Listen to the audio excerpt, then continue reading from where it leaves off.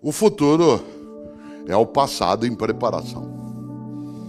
O futuro é o passado em preparação. Por isso, uma pergunta para você e para mim. Qual passado nós vamos ter daqui a 20, 30 anos? Qual passado nós teremos daqui a 20, 30 anos? O professor Rubens falava da FAAP, 1947. Tem um passado, né, imenso, se imaginamos o que é que se passou em todo esse tempo. Qual é o passado que nós teremos daqui a 20, 30 anos? Isto é, em 2039, 2049, nós seremos olhadas e olhados como aquela geração de adultos e adultas que fez o quê? Em relação ao mundo, à convivência, à vida em geral no planeta, à decência na existência, à formação das novas gerações que conosco estão. Eu quero lembrar algo, quem tem menos idade aqui, isto é, menos do que 40 anos de idade, talvez não tenha tanta clareza do que eu vou dizer agora, mas outras pessoas sem dúvida. Nós somos, aqueles que temos mais de 40 anos, a primeira geração na história ocidental que está mais cansada do que algumas gerações anteriores, não porque a gente trabalhe mais, isso até pode ser, mas porque nós temos uma carga maior de tarefa, de atividade. Quer ver um exemplo? Meus pais, isto é, a geração que nasceu, né, nos anos 1920 em diante, até meados dos anos 1930, pré-FAAP, né, a geração que nasceu pré-FAAP, essa geração, ela tinha uma tarefa, assim como todas as gerações anteriores a ela. Cada geração cuidava de sustentar a si mesma e aos seus filhos até determinada idade. Isto é, cada geração se encarregava de cuidar de si, prover a vida, prover recursos para si mesma e para os seus filhos, ou responsabilidades até eles crescerem. Quando eu fiz 17 anos, meu pai, com muita alegria, né, me cumprimentou, disse: filho, foi uma satisfação essa convivência, né? Desculpe qualquer coisa, né? Aquilo que eu podia te dar, que eu dei, foi educação e muito obrigado. Até a volta, que não aconteceu. Já imaginou? Vários de nós aqui com mais idade, nem tantos, porque aqui há muitos que são pais e mães muito jovens ainda de idade. Parênteses. Há um grande pensador britânico do século XIX, esse britânico, chamado Benjamin Disraeli. Ele, aliás, foi o primeiro-ministro da Rainha Vitória. Ele dizia: a vida é muito curta para ser pequena. A vida é muito curta para ser pequena. Aliás, essa frase circula na internet, muitas vezes como se fosse da minha autoria. Não sou o autor, gostaria muito de ser, tenho uma raiva imensa do Disraeli ter pensado nisso antes de mim. Mas isso faz parte da minha idiosincrasia. No entanto, Disraeli, quando diz a vida é muito curta para ser pequena, o que ele quer dizer é que já basta que a vida curta seja para que a gente consiga apequená-la. E uma vida pequena é aquela que é banal, fútil, inútil, superficial. Claro que a vida é curta. Dura em média hoje 75 anos. 75 anos. Você já imaginou? É nada. Você diz como nada? É bastante, não. Aliás, há 100 anos era 42 anos o tempo médio de vida.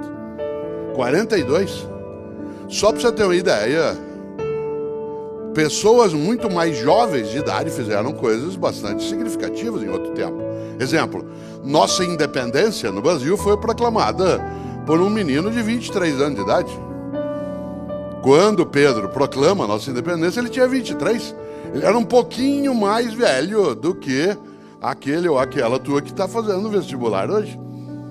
Quando Charles Darwin embarcou no Beagle, isto é, naquele brig da Marinha Britânica, e durante 5 anos foi viver numa das regiões mais inóspitas do nosso planeta, que é a parte do Estreito de Magalhães, a parte da Patagônia, depois circulando a passagem do Atlântico para o Pacífico, chegando até as Ilhas Galápagos. Charles Darwin tinha 23 anos.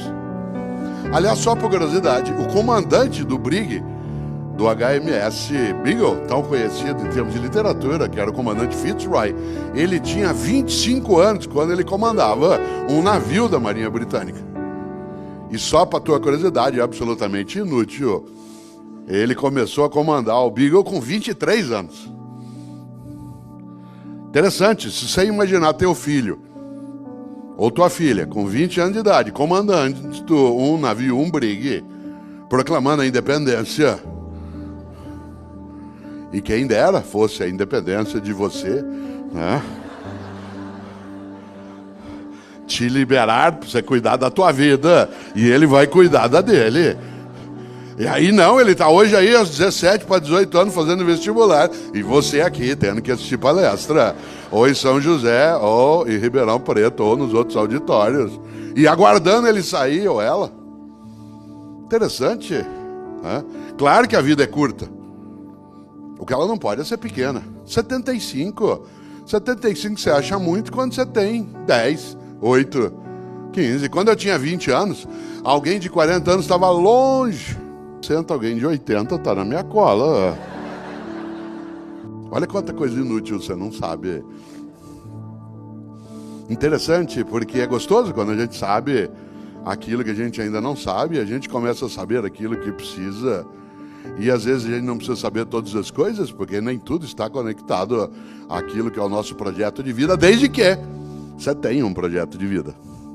Porque se você não tiver, a gente desaba dentro daquilo que escreveu um dia um estupendo, um maravilhoso, né, professor de matemática do século XIX, um britânico que muita gente aqui conhece, chamado Charles Dodson.